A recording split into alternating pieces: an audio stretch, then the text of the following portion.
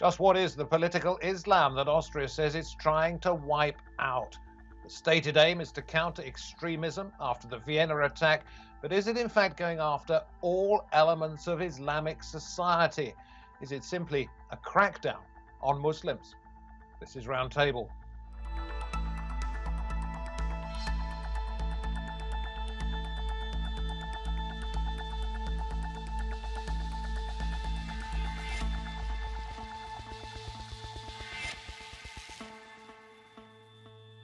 Welcome to the programme. I'm David Foster. France has been in the spotlight of those saying Muslim society as a whole is the target, but Austria's new laws are just the latest in a tough approach to elements of Islam that the country's been adopting for a number of years. After the gun attack in Vienna that left 4 people dead, Austria's government has been quick to respond. Among the measures it's proposing, an outright ban on political Islam, which it says is encouraging terrorist violence. Austria's Chancellor Sebastian Kurz said recently, "We are going to create a criminal offence called political Islam in order to be able to move against those who aren't terrorists but are preparing the ground for it." Other plans include preventative arrests and using electronic surveillance of people convicted of terror-related offences upon release. The measures will be brought before Parliament in December for a vote. But political Islam is the basis for political parties across the Muslim world and is supported by millions of Muslims who reject violence. So could banning this ideology prove problematic?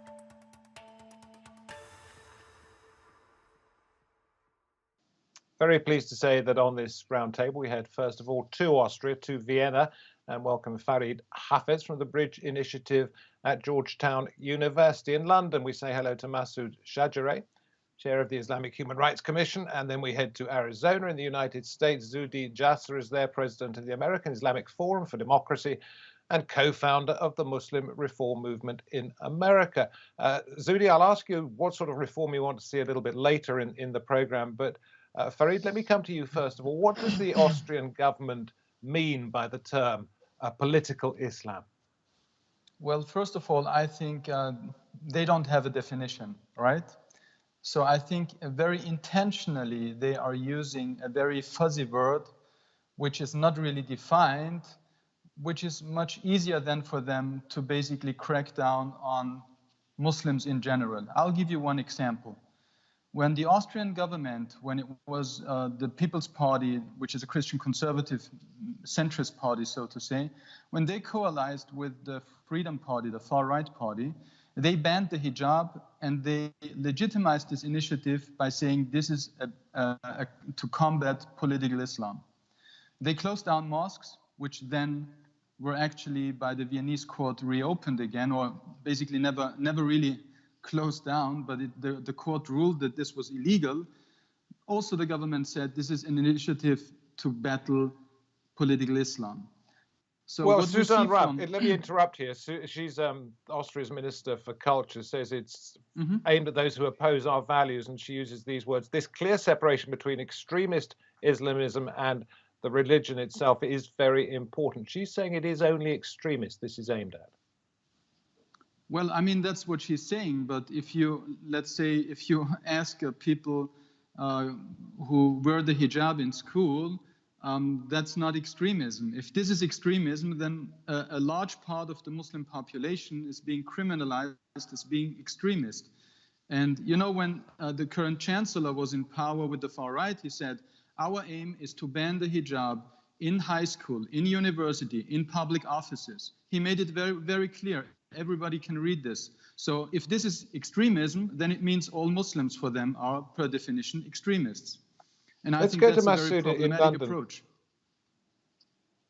Massoud, I know you say that religion and politics, when it comes to Islam, cannot be separated. Explain why to our wider audience. Well, first of all, traditionally, Islam includes political, social, economical aspect to it. But, you know, even if you leave Islam to one side, really no religion could be separated from political sort of aspiration. And the reality is politics sort of affects all our aspects of our lives. And in democracies in the West, on one side, we are promoting the concept that we want the youth, the communities, to be involved in the politics and to come forward and participate. And here, but sorry, I'm interested in the fact that you say Islam and politics are intertwined, whereas in other religions, yes, you could be perhaps a Christian and involved in politics, but you don't bring the two necessarily together. Yes, Islam, all the traditions of Islam actually goes back to sort of a standing up for justice, challenging injustice, challenging tyranny, and politics has been part of it. The Prophet, peace be upon him, wasn't just a religious leader. He was actually the authority. And indeed, the four caliphate who followed, and all the understanding from then on has been that Islam encompasses economical, social, political aspect. But I'm saying that even if we leave that to one side, is this Islamism? Is this Islamism as used in the broader definition? Well, I don't know what Islamism is. It's a word that has been created without any definition what it is. I'm going back to the Islam that was practiced by Prophet, and indeed even my father and grandfather, and going all the way back. This is the mainstream concept of Islam. But okay, I'm going to go to Zuhdi now, because I want to bring all three of you in early on in this program. You run what you call an anti-Islamist think tank. What is it in Islamism that you object to? Well, I like us to look at this in a historical perspective, not ahistorical. So the West, as I think Prime Minister Kurz and others may forget, went through a separation of church and state where theocrats, or those who mix government with religion, and ultimately after 1,800 years, finally, as far as the American experiment and the Western experiment, rejected the establishment of religion. Political Islam, or Islamism, is the belief that the state identity, the political party, and I disagree with my colleague here, Islamism in Arabic is Harikat Islamiyin, or Islamic movements, as Hamas calls itself, as the Muslim Brotherhood does. These are political parties with specific platforms that believe that the state governmental law uses the Quran as the source, not a source, but the source of law. And in the West, they see the Western governments as the land of war, or the land of contract, versus the land of Islam. So when it comes to living in the West, they're separatists. Now, if you want to defeat these ideas, which is what we're all about, to approach it by criminalizing ideology does not work.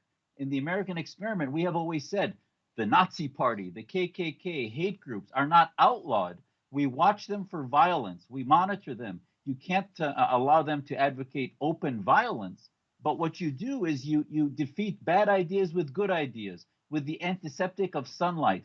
In every society where the government, whether it's in Iran or whether it's in Turkey or whether it's in Egypt, where the government tried to outlaw political Islam or Harikat Islamiyin, the Islamic movements, it actually fueled them and made them stronger because they became victims. They used the mantra of victimization to then say they represent all Muslims, as you're hearing on this panel, that somehow political Islam represents every Muslim, when in fact it's really a movement of about 30% of Muslims.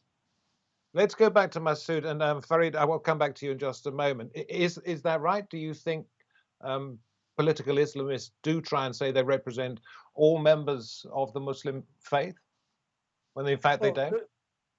The fact is this: traditionally, sort of the scholars, and I would say 99.9% of the scholars, do not separate religion from the politics, from social and economic. But I want to go beyond that. I mean, we are living as the era. So we got a situation that, for example, the evangelicals in United States are so political, so much involved in politics that cannot be imagined their separation from the politics, or the Jewish community worldwide. Farid, please don't think I'm leaving you out. I'll be with you in just a moment with something specifically Austrian, but I want to go to Zuhdi on this one, and your response to what Massoud has just said.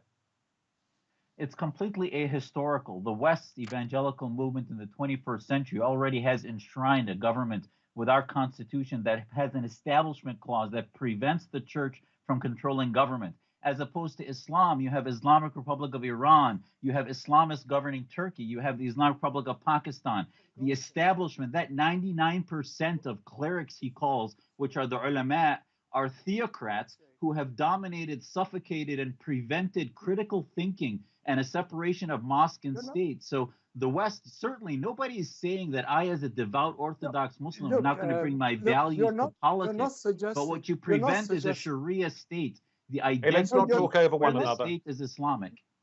Look, you're not Islam is suggesting that 1,400 we're going to years have old. It has a right to go through that same Sorry, reformation. I'm going to stop this here. I'm going to stop this here simply because you're talking over one another. Massoud, you've had a chance just now. I don't want to leave Farid out of this, so I'm going to go back to Austria and put this up from foreignpolicy.com, well-respected website. Tellingly, the number of foreign fighters who left Austria to join the Islamic State as only as 300 is one of the highest per capita in Europe. It is home to a large and sophisticated jihadi scene, historically created by Arab militants who found refuge in Austria since the 1980s. The point being made there, Farid, is that Austria does or did have a problem, and it's quite understandable, perhaps, that it's taken this action. Well, first of all, the government very well knows, and it separates, it divides between political Islam and jihadism. But what conceptually, they know the difference, right? Jihadism is about the violent way of trying to implement their Muslim understanding of state authority. And political Islam is something else. That's about the Muslim Brotherhood and stuff like that, right? So I think the issue here at hand is really not, because I think one also has to understand the Austrian context. And I really want to make clear the jihadi phenomenon is very much a phenomenon that is very, very, very new. And it is very much linked to the specific component of people who came as refugees within the last 20 years from Chechnya, from Afghanistan, who see when they travel to Syria, it's not a one-dimensional thing. It's like they're radicalized Muslims and that's why they go there. They have something, it has something to do with Russia being the ally of Syria, etc. So it's a very complex issue. But just let me say one very clear thing here. The United States of America, and I appreciate that a lot, has a very clear separation of church and state, but it does not suppress religion. What we see currently in the Austrian case is Austria does not have such a clear separation. The Catholic Church is very, very, very dominant. It has a treaty with the Republic of Austria. It's very much privileged, like many other religious communities too. So some people find this is a good thing, right? Because there is a kind of a cooperation between state and church. But at the very same time, what we see currently with Muslims going on is that there is freedom of religion and freedom of expression is cracked down. And I'll give you just one example. When the raids happened last week against alleged Muslim Brotherhood and Hamas people, what happened was these people were asked questions, and the Palestinian Solidarity Initiative said, among these questions were questions like, do you pray in the morning hours? Is your daughter allowed to sing? What do you think of kuffar? Do you have non-Muslim friends? What do you think of Israel, etc., etc.?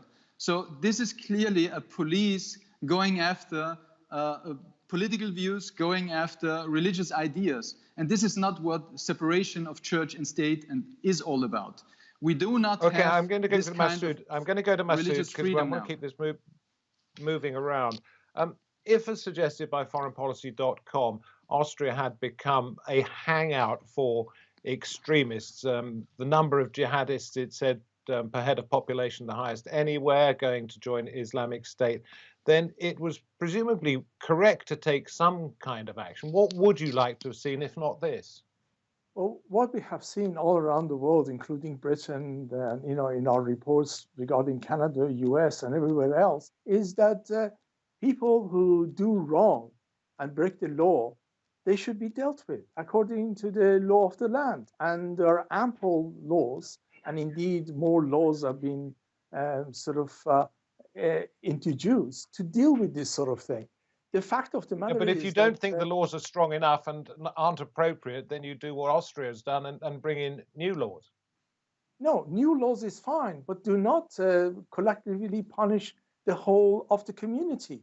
Look, the fact of the matter is there is no one is stupid enough to suggest that in Austria or London or Germany or Paris, Muslims are going to take over the government. And, the clergies are, organizing to take over the running of the European nations or Western nation. This is a pathetic sort of scare tactics. The reality is that all Muslims want to be equally able to participate in the political sort of arena as everyone else does. And this organization. Zuhdi, Yes, when you yes, say that Austria was an apologist as a nation for Islamism, are you suggesting that perhaps it was too lax before, and now you're saying it's going a little bit too far?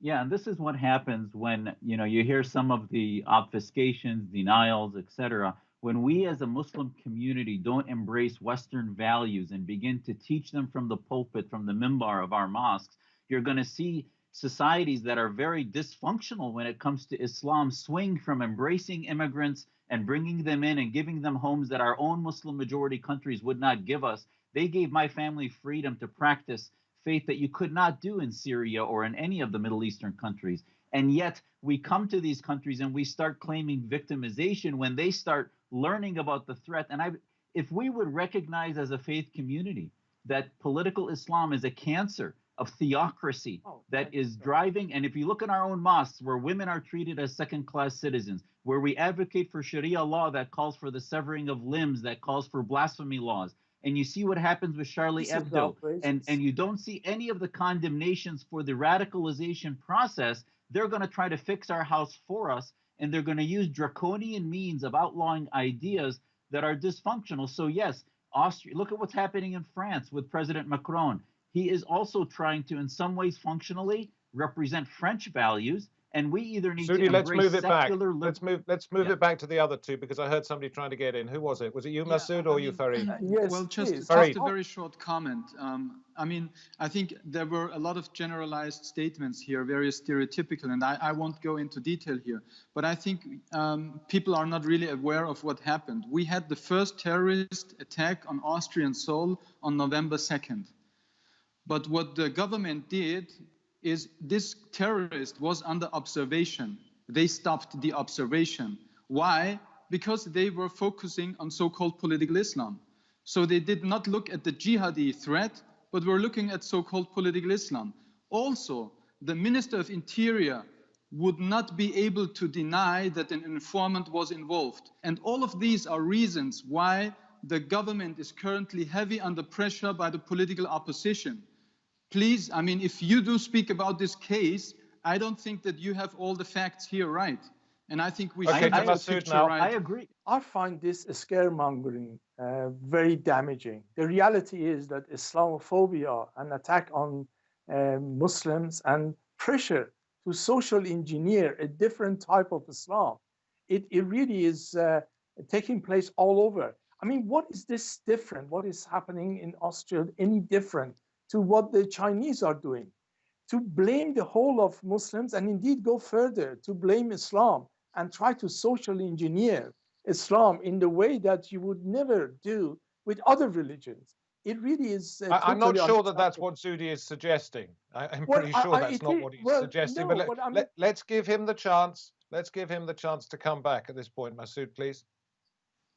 No, this is not social engineering. This is about the reality that where are we Muslims defending Western values of free speech, of the Universal Declaration of Human Rights? Where's the protest against what happened to the Charlie Hebdo magazine? So just like they should be protected from radical Islamists, we Muslims should be protected to have debates from fascist movements to try to counter our ideas. Yes, absolutely, we should have the freedom to express that. And secondly, I think it's important to note, I disagree with the concept that jihadism is this new phenomena. I agree with the comments earlier that many governments have failed when it comes to the known wolves, where they let them loose and then they claim, oh no, they're focused more on ideas rather than the security threat. Yes, We have to focus on these security elements that are just sort of left to go, in which what I was referring to when it comes to the apologetics of the Austrian government. But on the other hand, we also have to recognize that if we don't control the radicalization process, jihad is not a new phenomena. The Iranian military functions in a jihad. The Pakistani military believes in jihad. The Saudi military believes in jihad when it goes to war. All of these millions of people who lived in these societies have militaries that when they go to war believe in jihad. So until we separate can I ask mosques you and this? states, you can't defeat the jihadist ideology. Perhaps that is what you mean, separating church and state, when you talk about being a reformist Muslim. Would that solve a lot of the ills? Or if that's not what you mean, what do you mean? What reformers? That's the cancer that needs to be treated, is the separation of mosque and state, where if the state is wedded to the Islamic identity, then when the military fights, it fights a jihad. When the law is enacted, it's a Sharia. And thus Jews and Christians and other atheists, for example, may not have freedoms unless they apply to the Islamic law. Zuhdi, thanks. We've got to move this round to the others as well. Massoud, you first, if you don't mind. Yeah, I think, this sort of reformist Islam is indeed a social engineering Islam. Why should we actually change Islam just to suit the Western, specifically Western sort of interest? But that's not what Zuhdi's saying. He said he was saying it would suit the Muslim community worldwide, not just a Western picture. Right, but let me say that, who promoted jihadis? It was United States and the West who promoted the jihad in Afghanistan and actually prompted and put finances into it. It was done again in Syria. It was done in Libya. Libya, the uprising in Libya was financed and indeed by those people who called for jihad. So let us be very clear. It wasn't, Afghanistan, Taliban wasn't created in the mosque, was created in think tanks. And what do you think now the reaction is going to be among Muslims in Austria and among the wider population? Well, I think there is an atmosphere of fear which has been spread now, and people are really in a position where they fearing about the fundamental rights of freedom of expression, of freedom of religion. We already had this 2 years ago when the far-right government cracked down on mosques and closed them down, and there was no reason for that. Yes, the discourse in the public was, these are radicals, but substantially there was nothing. And they had to go to the court, they had to fight for a year. But then it was clearly said this is illegal. And this is again the situation we are in. So will the idea still remain, but be pushed further underground? And second part of that is, what does the wider Austrian population make of this? Do they care at all? Well, I think there is a lot of propaganda that has been in place since many years, and that's why the people buy all this propaganda and they take this as truth. So this is unfortunately the situation we are in. At the very same time, I think what is really problematic, because now the government, after all of these terrorist attacks and raids, what did they do? They proposed a new law to tackle and to make political Islam actually as a criminal act, right? So now they are going after thought. And this is really Zuhdi, fundamentally challenging liberal democracy. We don't have very much time. Zuhdi, just a quick one. Bad ideas, if you happen to be those who think they are such, pushed underground, are even worse ideas. Yeah, absolutely. And I think if we Muslims want to treat the disease, and if we want to advocate for things that will prevent, the big thing here is public opinion. And public opinion will change in Austria and France and the United States if they begin to see us own the ideas that radicalize our communities, own the fact that the conspiracy theories radicalize, the anti-Semitism, the misogyny, the homophobia, all the things that we need to respond to. If Austrians and French and Americans start to see us address them, they'll realize we're the most important assets against political Islam, and they won't suppress our freedoms. They'll actually give us more freedom to debate. And that's where the governments should get more involved, which is in the freedom to give platforms to reformists. Massoud, final word, and it's going to have to be relatively short. Apologies for that. It is very clear that Othernization is a process that is being used against Muslims and to mobilize everyone else. And the fact of the matter is that standards are being demanded of Muslims as a whole and Islam, which is not demanded of any other religion. And therefore, we are being discriminated. And this is why the level of Islamophobia and the fear is going up. And this is why in the West, overwhelming majority of Muslims feel second-class citizens. They feel that they are exceptional. Thank you very much indeed to each and every one of you. From Vienna to London to Arizona in the United States, we thank you for your time and your thoughts, and we thank you wherever you happen to be watching this edition of Roundtable. From me, David Foster, from the team that made it possible, we hope to have your company next time. Until then, goodbye.